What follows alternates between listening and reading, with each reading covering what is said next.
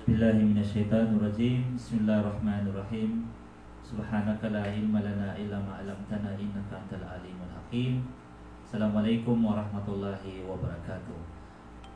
Magandang umaga po sa lahat ng viewers ng sa mga suki po ng CSO Connect.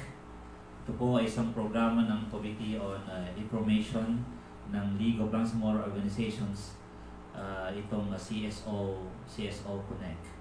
Ngayon po ay araw ng Sabado, January 2, 2021. So, ngayon po ay pang episode 8 na po ng CSO Connect.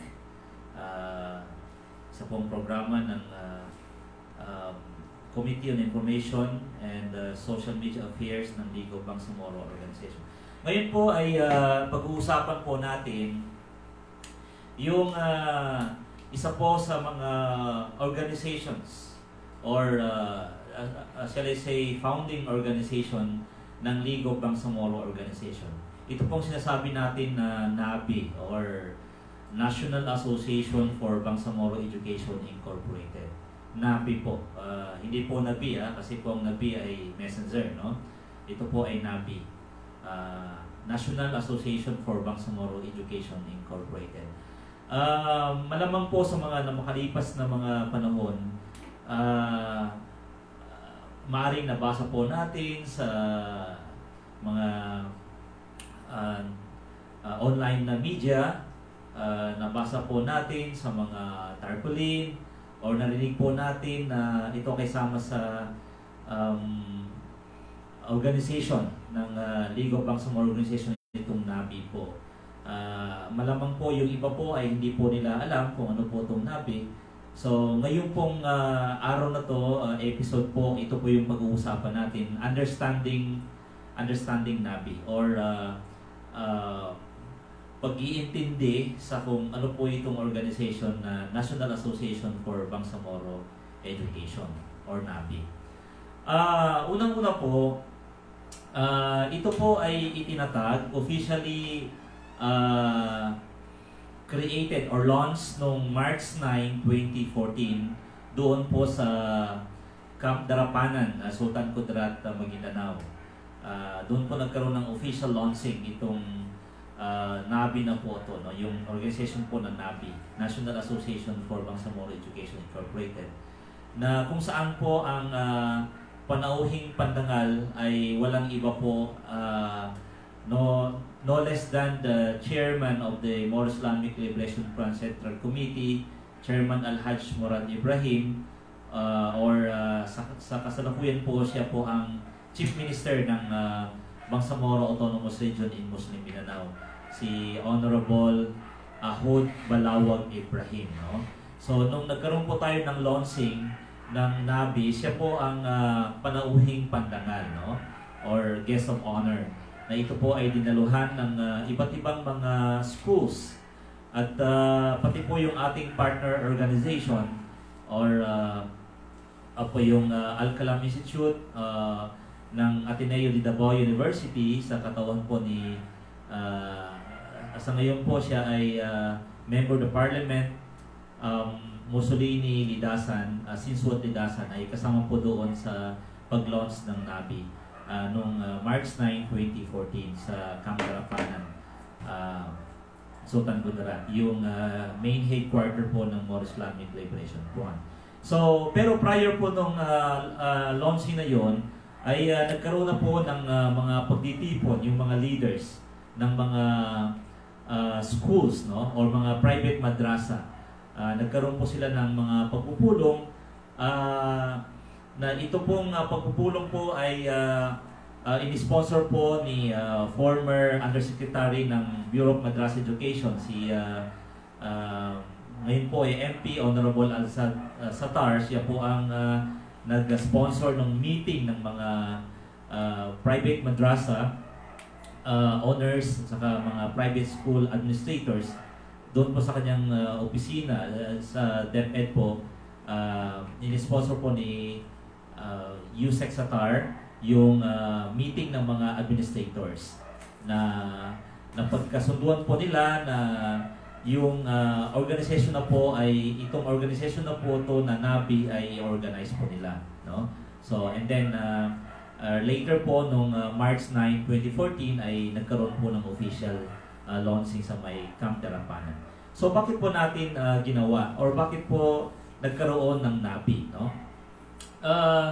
Dito po sa Pilipinas, meron po tayong mga iba't ibang klase po ng education, no? Or education sectors. Nandiyan po ang public school, and of course po ang kauna-unahan po na education system po dito sa Pilipinas ay yung madrasa, no?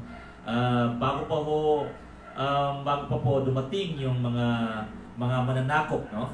Mga Kastila, mga Amerikano, at mga Hapones, at bago po nagkaroon nitong Pilipinas, meron na po tayong sistema ng pag-aaral, no? Yung tayong mga Muslim, no? Yung tinatawag na madrasa, no? Kaya po yung mga leaders natin noon, no? Mga leaders natin noon is nagkaroon na sila ng tawag ito yung way of writing, no? Yung pagsusulat, no? Yun po ay nagpapatunay na nagkaroon na po tayo ng education, no? Even prior to the coming of the colonizers, una-una po yung mga Espanyol. So, pero yung sa panahon po ng mga Amerikano, tinawag nila po itong madrasa na to as Pandita School, no? Pandita School ang tawag nila po sa mga madrasa.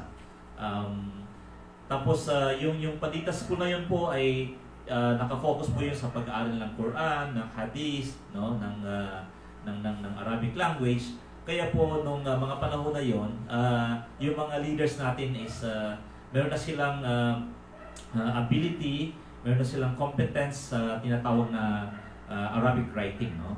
In fact po yung luwaran, yung tinatawag natin na luwaran noon, na yun po yung sulat, no, ng Tarsila ng mga leaders natin ay nakasulat po yun sa Arabic, no. So yun po ay isang patunay na yung mga leaders natin noon is meron na silang tinatawag na education, no. Education, nakapag-aral na po sila. Pero yun na nga po, yung doon po sila nag-aral sa Pandita School, and then later po tinawag natin yun na madrasa. So, pero ang official po na pag-recognize ng Pilipinas sa madrasa ay noong 1954, no? Yung gobyerno ng Pilipinas ay na-recognize niya na meron pong tinatawag na education system na tinatawag natin na madrasa. So 1954 po yun. Yun po ay kasabay nung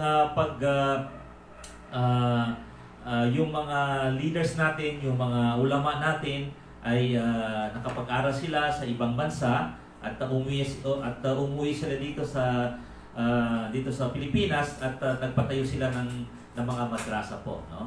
At para po ituro po, ipalaganap po yung ating religion, i-preserve po yung ating religion, yung Islam po, sa mga Moro, sa mga kabataan, at sa lahat po nating mga Muslim. So yun po yung official na pag-recognize ng mga ano. Pero despite po sa matagal na panahon, no, na pag-establish nitong mga madrasa ay nagkaroon po tayo ng problema dahil hindi po masyadong umuusad yung tinatawag natin na pagmamadrasa, no? So makikita natin na yung mga madrasa natin ay kulang-kulang ng mga facilities, mga school building po ay hindi po gaano ka standard, no? At even po yung mga estudyante po natin sa mga madrasa po ay nagkaroon sila ng problema na kumbaga yung mga nakapag-aaral ng madrasa ay hindi po sila nagkakaroon ng trabaho. Hindi po in short po hindi naging employable yung mga product mo ng Marcos na ituturo po yung Arabic language sa public schools, no? Kasi nakita po nila na yung mga Muslim ay hindi po pwede na hindi po sila makapag-aral ng Arabic at saka yung Islamic Islam po. Kaya po sa time po ni President Marcos noon ay nagkaroon po ng order na ituturo po yung Arabic language. So sa madaling salita po ay nakilala po ng gobyerno ng Pilipinas yung pangangailangan ng mga Muslim na magkaroon sila ng education na naayon po sa kanilang kultura, naayon po sa kanilang religion. Kaya po nung sa panahon po bilisan po natin sa panahon po ni President Arroyo, nagkaroon po ng DepEd Order 81 series of 2014 na nagbuo po ng standard madrasa curriculum, no? So itong standard madrasa curriculum ay ito po yung curriculum na i-implement po sa mga private schools or private madrasa na kinikilala po ng gobyerno ng Pilipinas. At yung support, yung assistance na po yan sa mga madrasa or sa mga private madrasa ay parang naka-align or naka-anchor po siya sa polisiya din ng gobyerno na magkaroon ng suporta ang gobyerno sa mga private schools, no? Katulad po ng GASPE, yung Government Assistance to Students, Teachers in Private Education. So doon po naka-angkla, doon po naka-anchor yung suporta ng gobyerno niyo. Tapos alam po natin na nung 9/11 po, September 11 na 2001, nagkaroon po ng incident or nagkaroon po ng tinatawag nilang terrorist attack sa United States of America. At isa po sa mga tinitingnan nila na mga dahilan ng ganong klaseng pangyayari ay yung mga tinuturo po sa madrasa, no? Tinuturo po sa madrasa. So ang paniniwala po ng Amerika at sa kanyang mga allies po ay na mayroong problema sa curriculum sa madrasa. Yung mga tinuturo sa madrasa po ay ginagawa po ng mga ibang bansa ay nagkaroon po ng idea yung mga kasamahan natin, yung mga Muslim administrators na kinakailangan nilang i-organize yung kanilang sarili, no? So dahil po appreciation, no, sa mga private madrasa na sila ay i-organize nila yung kanilang sarili para po makipagtulungan sila sa gobyerno at sa mga iba pang mga donor agencies upang ma-organize po yung National Association for Bangsamoro Organization. Nakita rin po natin na isang paraan po ng yung modelo po na ginawa ng mga ibang mga private schools. Okay? Yung mga private schools po na ibang mga grupo ng mga private schools po sa Pilipinas na hindi po mga Muslim ay matagal po silang na-organize, no? Meron po yung tinatawag nila na Catholic Educational Association of the Philippines or yung SEIA, yung Association of Christian Schools, Colleges and Universities, yung Philippine Association of Private Schools, Colleges and Universities, and then Philippine Association of Colleges and Universities, and the Technical Vocational Schools Association of the Philippines.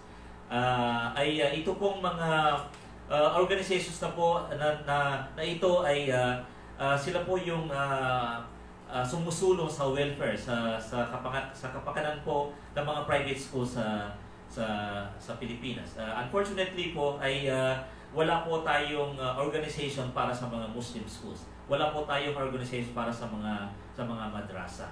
And then alam po natin na kung tayo ay organize, ay malaki pong pakikinggan ng gobyerno, magkakaroon po ng isang boses at maaari pong sila po ang makapagsulong ng mga dapat na programa para sa mga Muslim schools, sa mga private madrasa. At yung mga organizations na yun na nabanggit ko ay they organize themselves into one network, yung tinatawag natin na COCOPEA, yung Coordinating Council of Private Education Associations. And then unfortunately po, wala pong organization doon sa COCOPEA na yun that represents the Muslim schools and the private madrasa. And itong COCOPEA na to ay isang private organization na partner po ng government sa lahat po ng mga policy patungkol po sa private education sa Pilipinas. So dahil po na nakita natin, na-learn po natin na sa milestone na sa pinagdaanan, sa experience po ng mga non-Muslim private education institutions sa Pilipinas, ay napag-isipan po natin na dapat na napapanahon po na i-organize natin yung mga Muslim schools, yung mga private madrasa na tinawag po natin na National Association for Bangsamoro Education Incorporated, na para po mag-assist to readily face the development and challenges of the present and the future Muslim education, as well as to thrive in this fast-paced technological and knowledge economy age. So yun po yung mga kadahilanan, no, kung bakit po natin na-organize itong National Association for Bangsamoro Education. At lumabas na rin po sa mga pag-aaral, sa mga researches po, na isang weakness ng private schools, isang weakness po ng Muslim education dito sa Pilipinas ay hindi sila na-organize. Wala silang isang umbrella organization that can bind them together para po maisulong yung common agenda ng Muslim education or ngayon po tinatawag natin na Bangsamoro education dito sa Pilipinas. Dito po sa Pilipinas, meron din pong mga na-organize na mga association, no? Ang kauna-unahang na-organize po na association ng mga ng Muslims na tumutulong po sa mga madrasa is yung Association or Accrediting Association of Muslim Schools and Colleges Incorporated, yung AMSI po, na inorganize po yan nila yung dating president ng CCSPCC, Dr. Dingat Ali. Meron din pong na-organize na Association of Bangsamoro Education for Development, or yung ABID, na inorganize po nila Ustaz Wahab Omar. And then sa Lanao po, meron pong tinatawag na Pilot Madaris League of Pilot Madaris in the Philippines sa Marawi. Tsaka yung mga private schools po, meron silang Lanao del Sur Private Schools Association. And then sa mga colleges po, meron silang Regional Association of Higher Education Institutions. So, yun po yung mga organizations. Pero ang sinasabi ko po, katulad ng sabi ko kanina, may mga scattered organizations, mayroon sa Lanao, mayroon po sa ibang mga lugar sa Cotabato City, pero wala po tayong isang umbrella organization para po sa mga Muslim schools, no? So kaya po na-organize natin yung National Association for Bangsamoro Education Incorporated. So isa rin pong nakita natin na kadahilanan ay yung gobyerno po ng Pilipinas, particularly po yung Department of Education, ay nag-organize po sila kasama po nung sinasabi ko na DepEd Order 81 series of 2014, ay nag-organize sila ng ALIVE program, or yung Arabic Language and Islamic Values Education Program, na kung saan tinuturo po yung ALIVE subject or yung Arabic Language and Islamic Values sa public schools. So gusto po natin na yung ating association po ay makatulong sa pagsasagawa ng mga polisiya, pag-craft po ng mga policy na meron pong kinalaman sa private madrasa at meron pong kinalaman or directly or indirectly po affected yung mga Muslim learners na nasa public schools, no? Under po sila sa yung tinatawag natin na ALIVE program. Kaya po sa mga in the past po ay tayo po ay nasama or kasama po tayo sa inibitahan ng DepEd para po sa pag-craft po ng mga policy patungkol po sa Allied Program.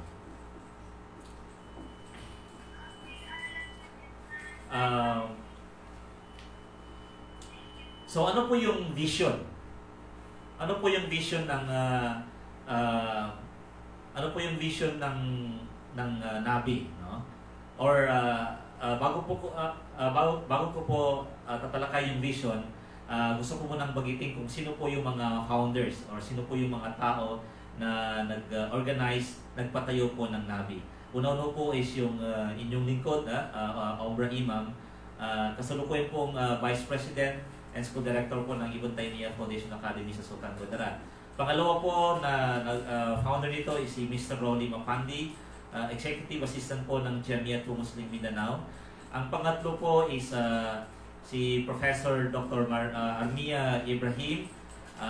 Noon po ay dating din siya ng CAS, College of Arts and Sciences ng CCSPC. Ngayon po ay siya ang Director ng Guidance and Testing Center.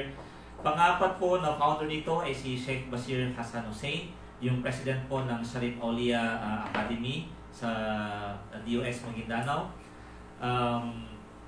Sunod po ay si Professor Dr. Maripasi Abbas. Ngayon po ay siya Dean ng College of Education ng CCSPC.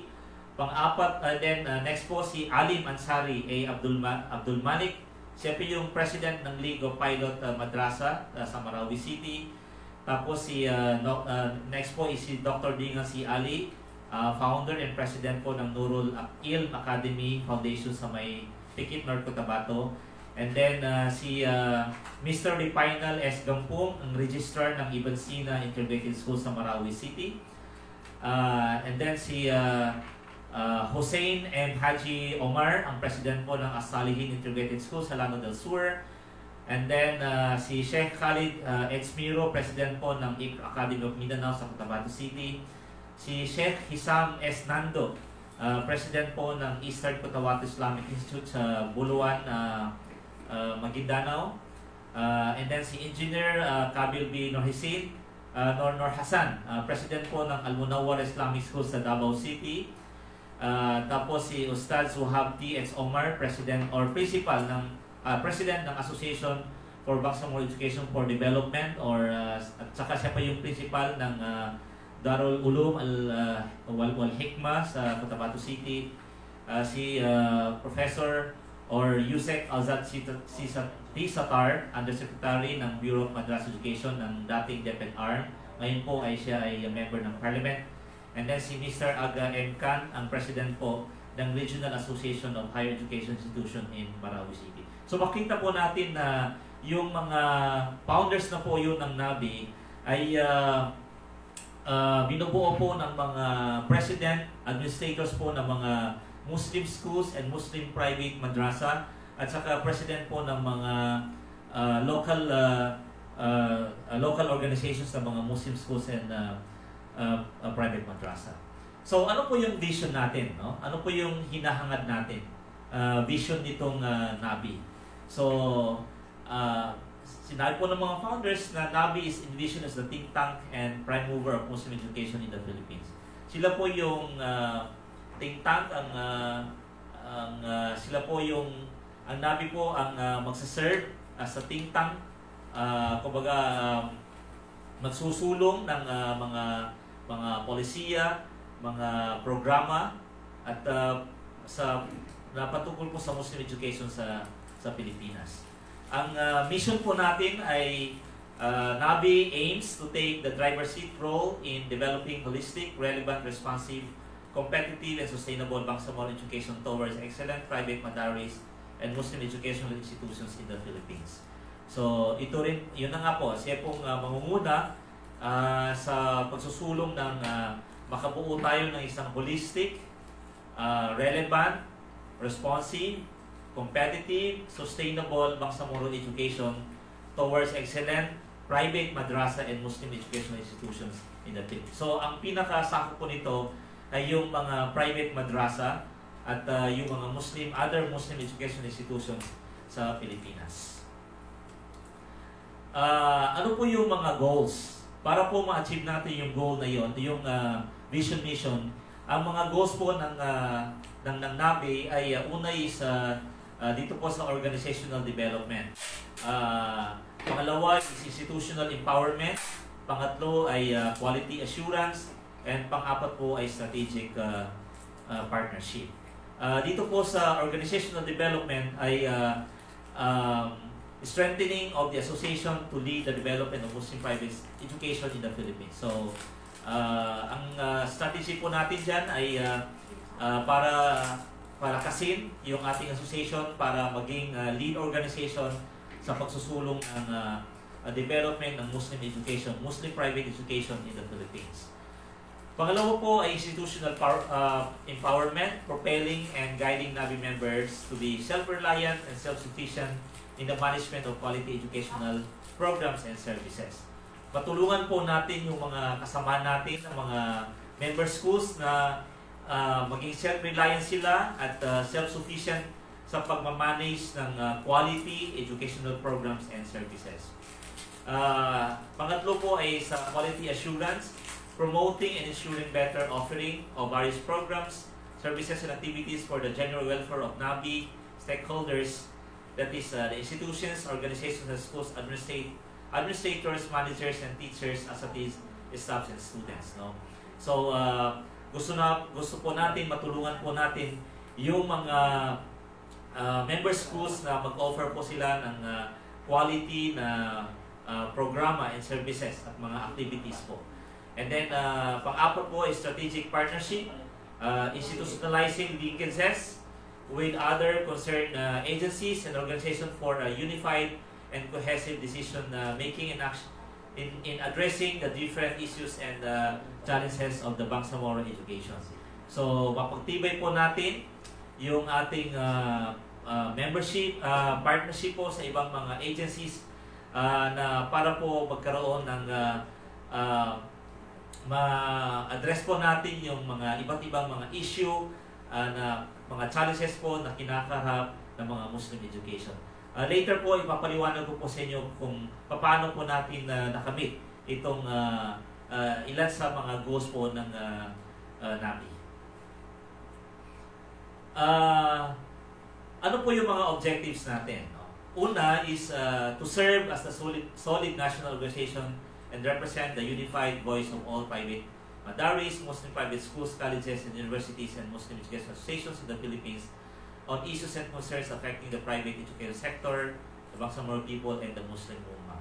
Okay, so magiging national organization po tayo at ma-represent po natin yung mga private schools in the national level.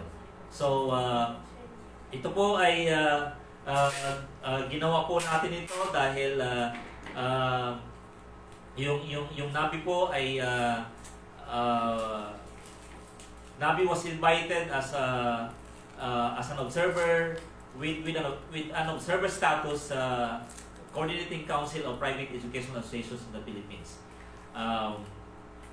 Pangalawang objective po natin ay assist the member schools, affiliate organization, individual members for their continuous growth and promotion of quality services to their stakeholders. No?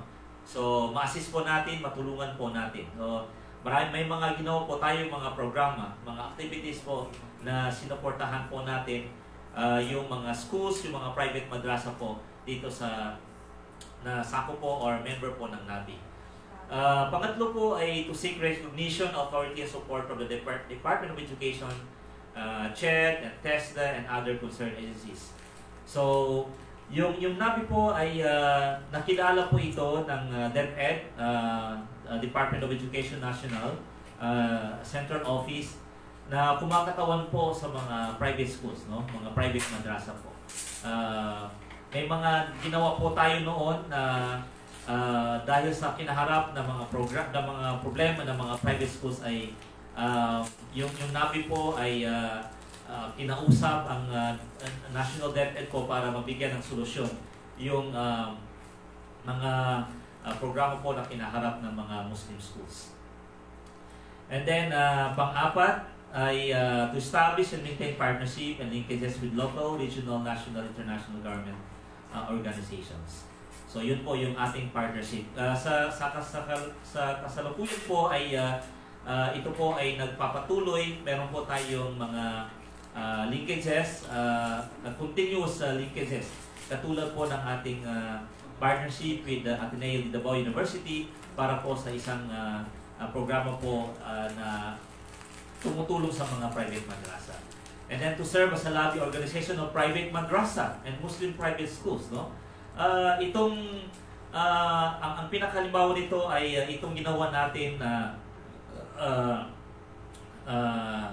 paglabi po sa BARM, no, sa Ministry of Basic, Higher and Technical Education, dahil po nawalan na po ng suporta or pinuto na po ng DepEd yung assistance sa mga private madrasa dahil po nagkaroon na po ng BARM.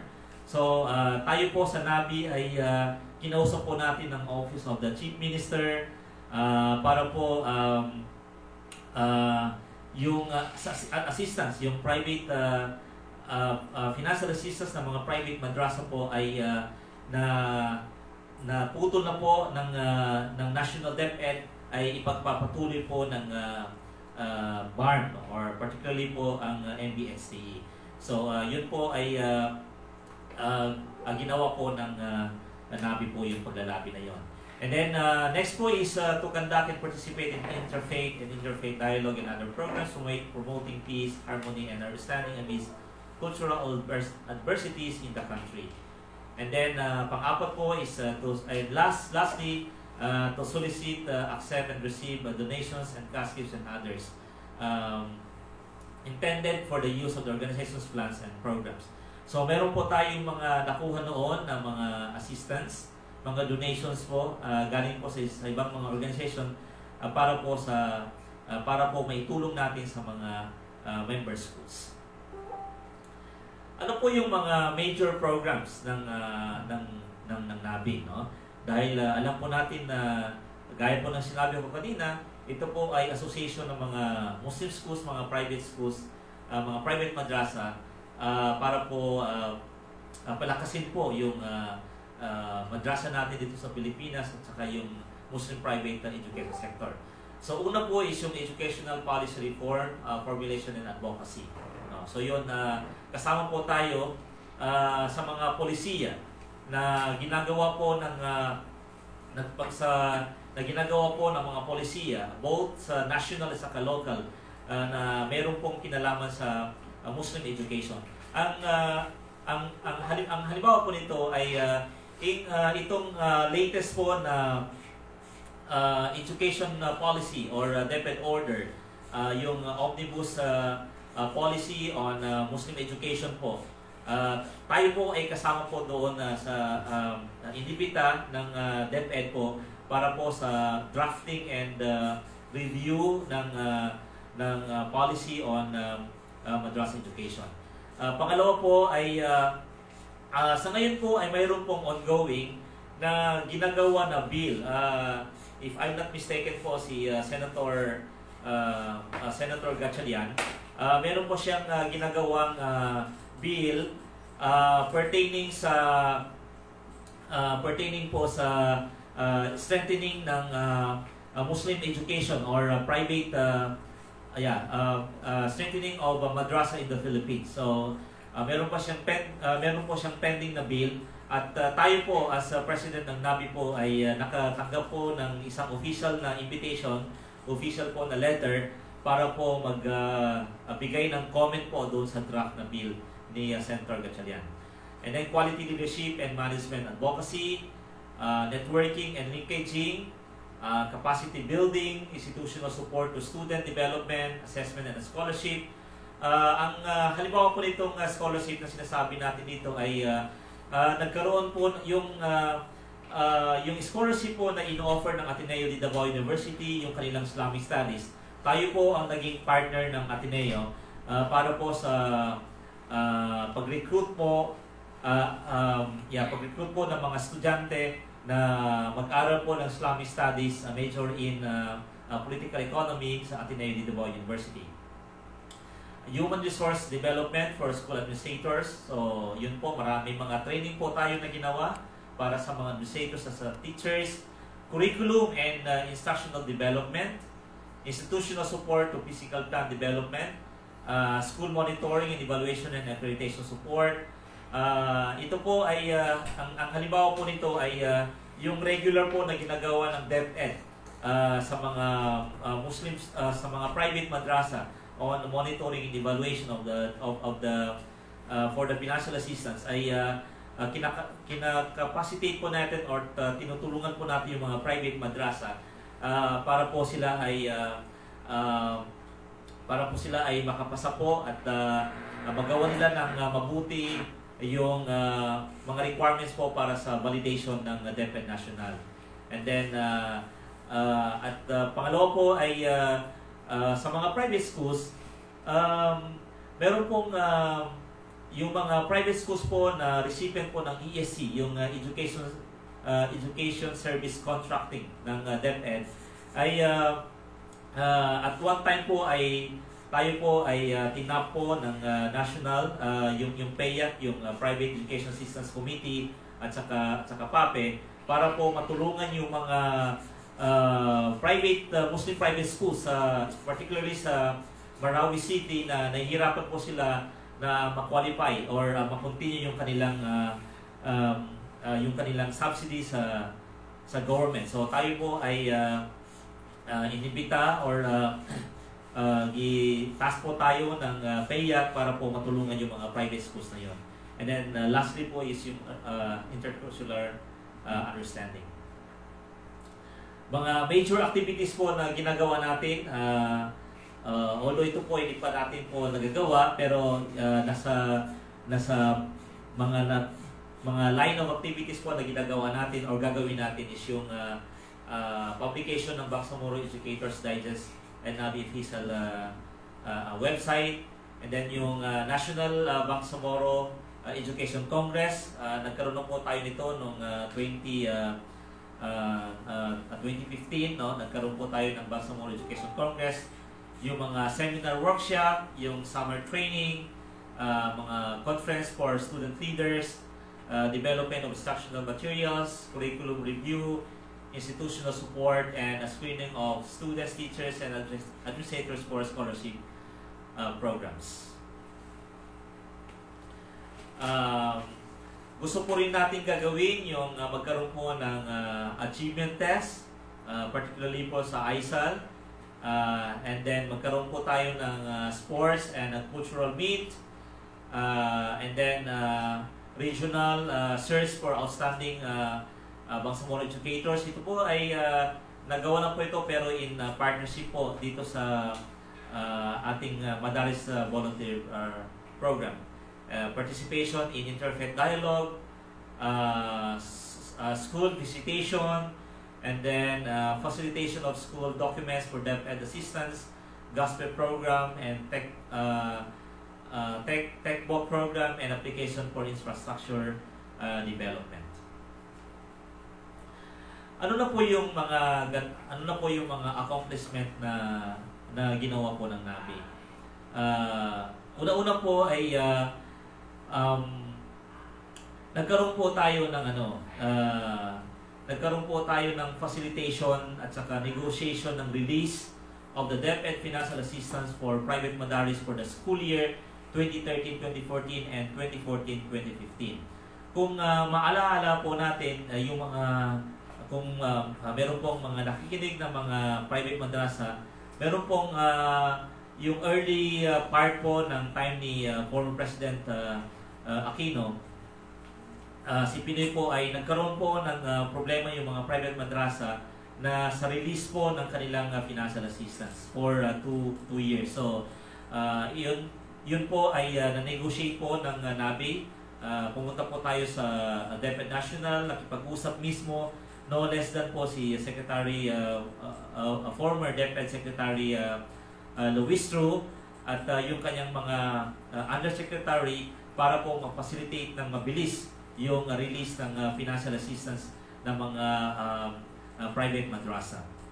Pangalawa po na nagawa po natin ay nagkaroon po tayo ng partnership noon sa Indonesian Consulate, no? Para po magkaroon ng training sa online yung paggamit po ng online mode of teaching, no? So sa ngayon po napaka useful po, or ginagamit po yung mga LMS, no, yung Learning Management System, katulad po ng Edmodo, katulad po ng mga Google Meet. Pero nung mga panahon na yon ay na-train po natin yung mga member school teachers and mga asatids po paano gagamitin yung isang application na Edmodo. So yun po ay in partnership po sa Indonesian Consulate. Yung NABI po ay nagkaroon po tayo ng partnership, no? Yung nabigit ko po kanina, partnership po sa Ateneo de Davao University para po ma-launch or para po magkaroon tayo nitong Madaris Volunteer Program na nagsimula po noong 2015 hanggang po sa kasalukuyan. So itong Madaris Volunteer Program ay ito po ay nagkaroon mismo ng approval kay Chairman Murad Ibrahim noong April 9, 2014. Sinamahan po natin si Father Joel Tabora ng Ateneo de Davao University para po makipagkita kay Chairman Murad para po sa tatag ng Madaris Volunteer Program. Itong Madaris Volunteer Program ay ito po ay pag-field po ng mga volunteer teachers sa mga private madrasa for one school year. Meaning to say, sa loob ng isang school year, 10 months po, ay meron pong mga volunteer teachers na nagtuturo po ng mga subjects ng English, Math, Science, Filipino, at saka iba pa pong mga subjects na required po ng DepEd. Dahil po, yun na nga, isa sa problema ng ating mga private madrasa ay nahihirapan po tayo mag-hire ng mga teachers, mga competent na mga teachers para po magturo ng mga subjects na yon sa mga private madrasa. Kaya po napag-isipan po ng NABI saka ng Ateneo de Davao University na magkaroon ng Madaris Volunteer Program para po mag-field ng mga volunteer teachers na magturo po ng mga DepEd required subjects po sa mga private madrasa.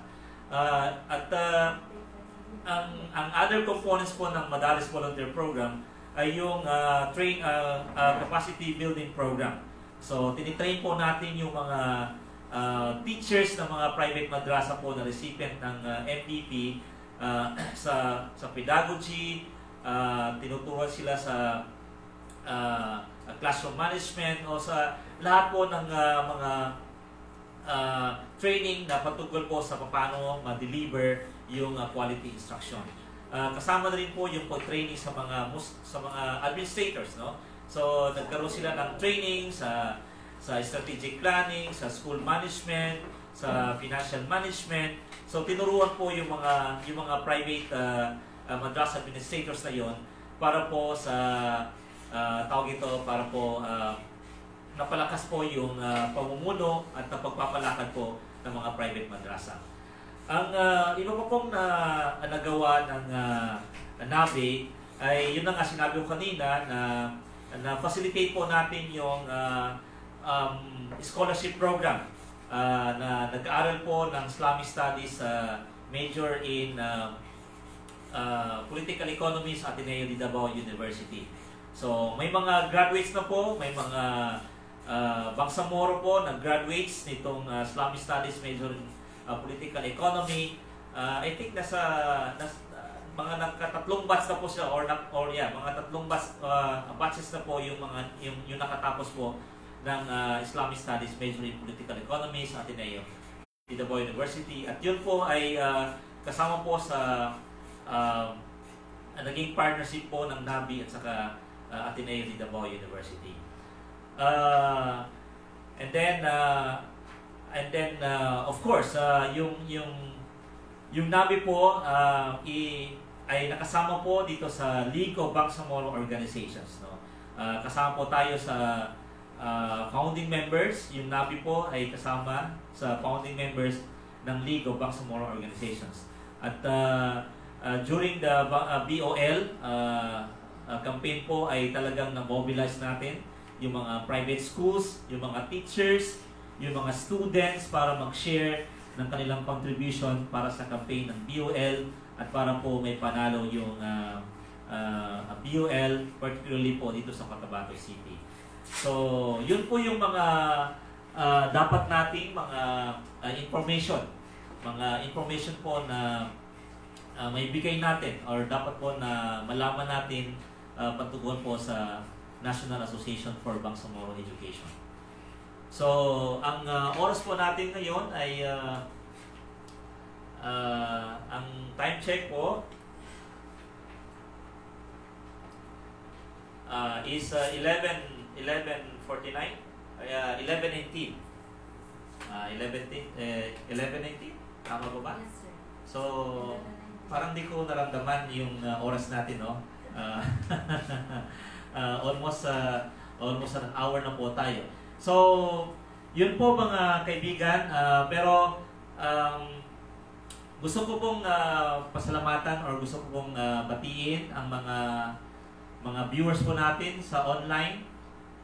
Si Commissioner Dr. Amor Pendaliday ng Commission on Higher Education ng Bangsamoro Autonomous Region in Muslim Mindanao.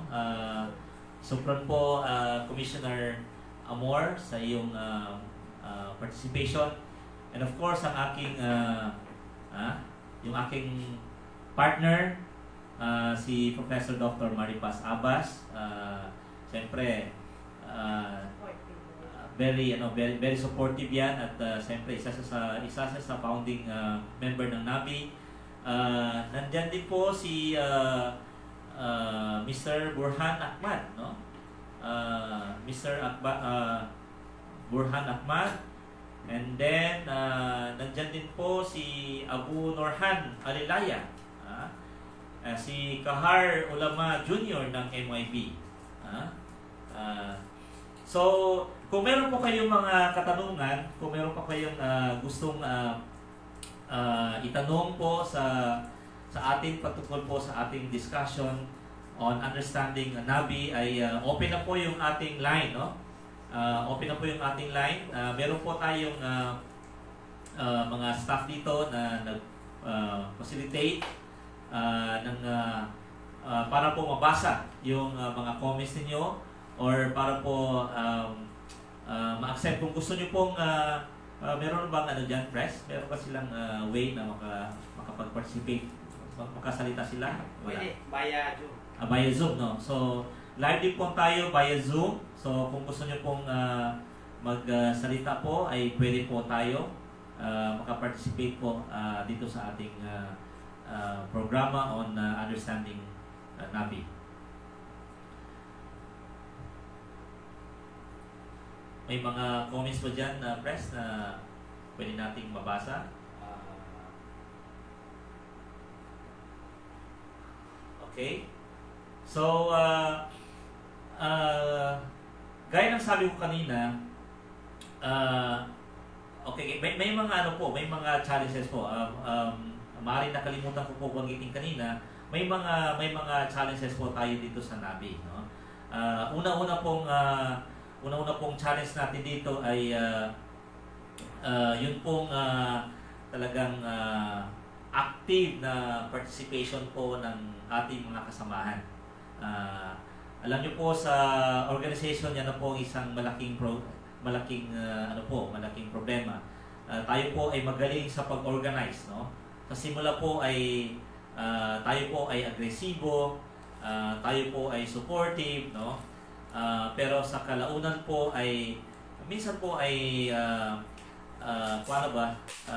naglo-lose po yung ating support sa ating organization. Lalo pa po kung minsan ay medyo hindi natin nakikita yung direct na benefit natin dito sa organization, ay minsan po ay nagkukulang po yung ating support.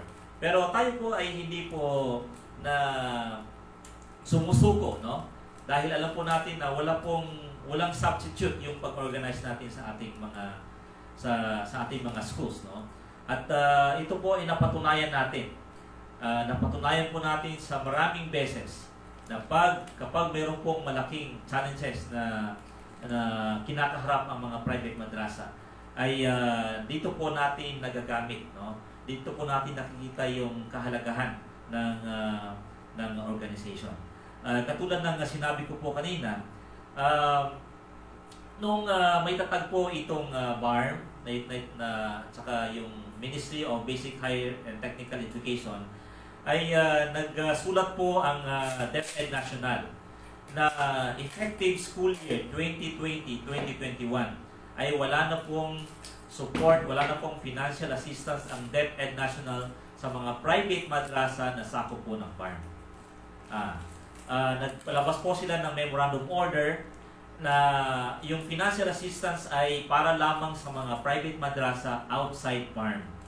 So, tayo po ay inulan ng text, tayo po ay inulan ng tawag ng mga kasamaan po natin sa mga private madrasa BARM na binubuo po ng 64.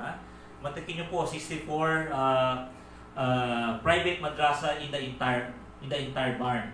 So, inulan po tayo ng tawag at message sa ating Facebook na hinikayat po tayo na gumawa tayo ng hakbang, no?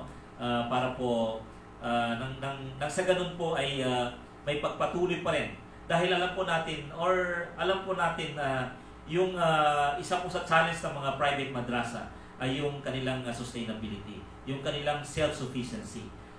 Kung mawala po itong yung financial assistance ay malamang po gagapang po ng mahirap yung mga private madrasa. Dahil dito po sa assistance nito, dyan po nila nakukuha yung let's say mga 70% ng kanilang operation ay dyan po nanggagaling sa assistance na binibigay ng private ng gobyerno.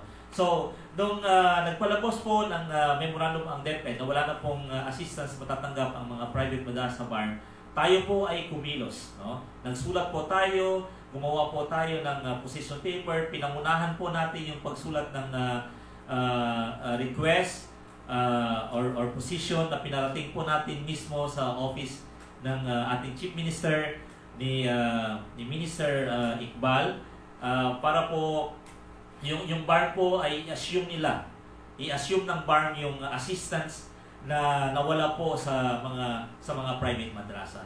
So medyo naka-struggle po tayo noon. Yung mga schools po sa Lanao po ay hinikayat din po natin sila na gumawa ng similar na efforts, pero tayo po yung nagpaabot sa mga lahat ng mga initiatives na yun, ng mga sentimento ng mga private madrasa. Tayo po ang pahatid po sa office po ng Chief Minister Al-Hajj Murad Ibrahim. So, ang nangyari po noon ay tayo po ay nakipag-meeting po sa kanyang Chief of Staff, sa kanyang COS, Chief of Staff po ni Chief Minister, para po ipaliwanag sa kanila, para po pag-usapan sa kanila yung problema. At yung ating kasamaan po sa NABI na si Ustad Basir Hassan Hussein, siya naman po yung inatasan natin na makipag-usap kay Minister Iqbal. So, alhamdulillah, lately po na pag-alaman natin, before po, yung nung December, napag-alaman po natin na yung BARM po ay tinupad po yung kanilang promise, tinupad po ni Chief Minister yung kanyang pangako na suporta po sa private madrasa. At nung last week po ng December, nakatanggap po tayo ng information na nasa accounting na po yung pera na suporta po ng ng BARM para po sa private madrasa. So yun po ang isang isa sa pinakamalaking naging achievement po natin na kumbaga ay natulungan po natin yung mga private madrasa na may pagpatuloy po ng BARM yung assistance po para sa kanila. So alhamdulillah, no? So yun yung sinabi ko kanina na ito yung isang malaki po, isang malaking tawag ito, isang malaking achievement po or accomplishment po na ginawa natin. Sa mga immediate po na mga plano natin, plano po ng Nabi, in partnership with Hayatul Ulama, no? With Hayatul Ulama, ay meron po tayong proposed na Madrasa Training and Development Center, no? MTDC. Madrasa Development pala, MDTC, no? Madrasa Development and Training Center. So meron po tayong proposed na ganong klaseng ipapatay yung structure. Hopefully po ay ito po ay plano po nating papunduhan po sa barn for 2021. Meron na po tayo na atasan ng architect po na gumawa ng design nung proposed na yon na Madrasa Development and Training Center. So hopefully po mga early this year may submit po natin yon. At kung kung sakaling maipatay po natin yun po ang magsisilbi po na sentro or training center po para sa mga private madrasa teachers, asatis, and administrators.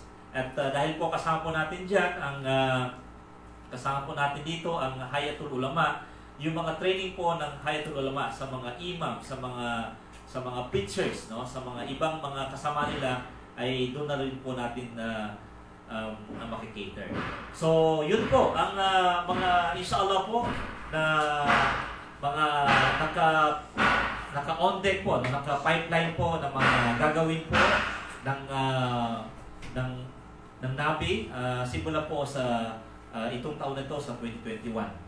At ang oras po natin ngayon ay 11:30, no? 11:30. So bago po tayo magwawakas ay ako po ay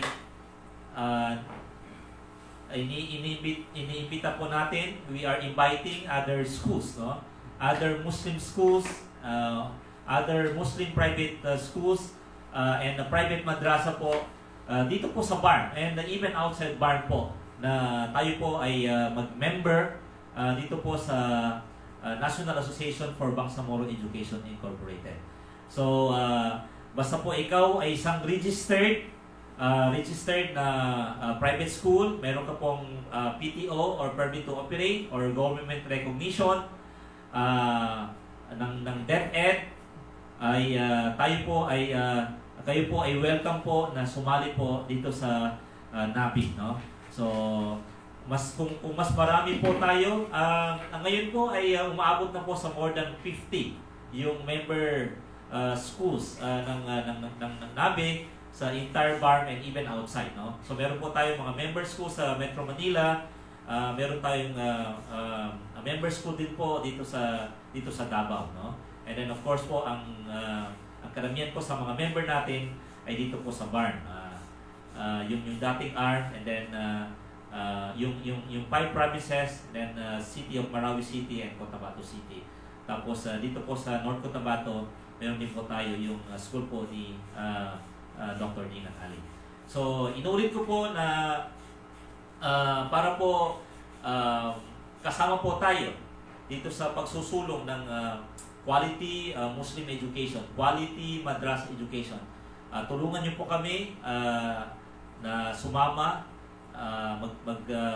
mag-membro po kayo dito sa Nabi dahil ito po yung isang association ng mga Muslim schools na naghahangad po na para po may angat natin yung kalidad ng education po, particularly po sa private madrasa. Gusto po natin na yung mga private madrasa po dito sa barn or dito sa Pilipinas po ay kasing ganda, kasing quality, kasing standard ng mga private madrasa o mga madrasa sa ibang non-Muslim schools, katulad po sa non-Muslim countries, katulad po sa Singapore, katulad po sa Australia, katulad po sa America, kung pupunta po kayo sa mga lugar na yun, makita no, na yung mga private madrasa po doon ay mga universities po yung kanilang equivalent. So dito lang po sa atin na medyo nabibehind pa lang yung ating mga private madrasa o yung ating mga madrasa. Pero hindi po tayo sumusuko at hindi po tayo susuko na hanggat po hindi natin makamit yung ating hangarin po na maangat or maging isang modelo po ng madrasa po, yung madrasa dito sa atin sa Pilipinas. So, may mga comments dyan, size? Ayan, ayan. So, yung mga comments kanina, Mabruk, sabi ni Mabruk Nabi, Mubarak Nabi, ito, watching from Matalam, North Cotabato, Mabruk.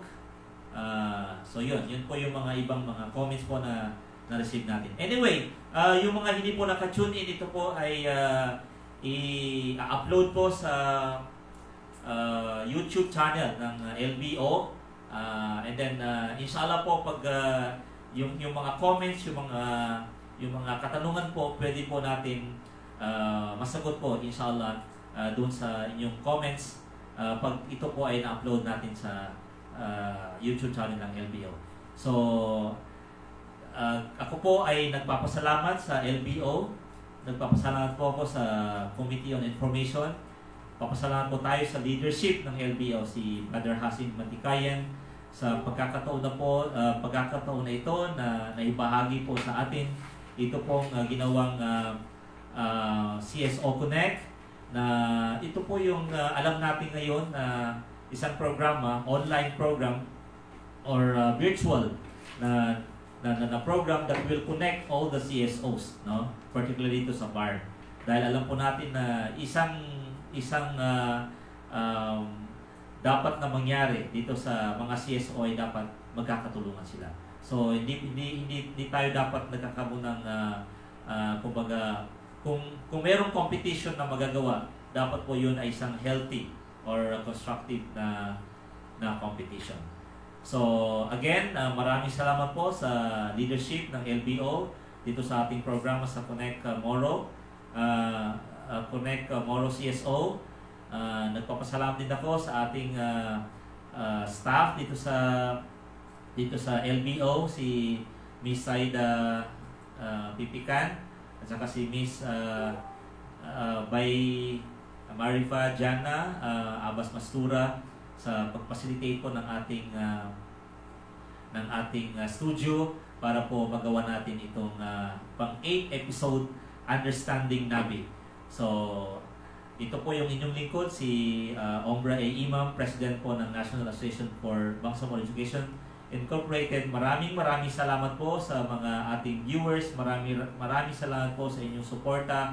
At nawa po ay sana po ay yung mga Muslim schools, mga Muslim private schools ay magpa-member po sila, maging kasama po sila dito sa barko ng NABI, National Association for Bangsamoro Education Incorporated. Wasukran. Assalamualaikum warahmatullahi wabarakatuh.